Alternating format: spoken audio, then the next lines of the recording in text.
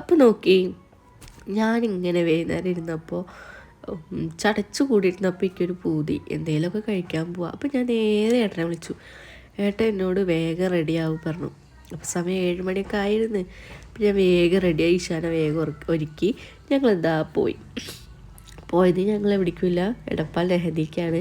അടിപൊളി ചൂടുള്ള മന്തി കഴിക്കാൻ വേണ്ടി പോയതാണ്.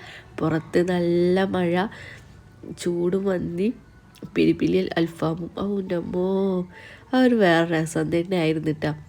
അപ്പോൾ ഞങ്ങളിതാ എല്ലാവരും ഓർഡർ ചെയ്ത്, ഇഷാക്കുട്ടി ഞങ്ങൾ ഷവായിയാണ് ഓർഡർ ചെയ്തിട്ടാ. അപ്പോൾ ഇതാ നല്ലൊരു പിടുപിടുത്തം പിടിച്ചിട്ട് മക്കളെ, എന്തൊരു രസമാണ്.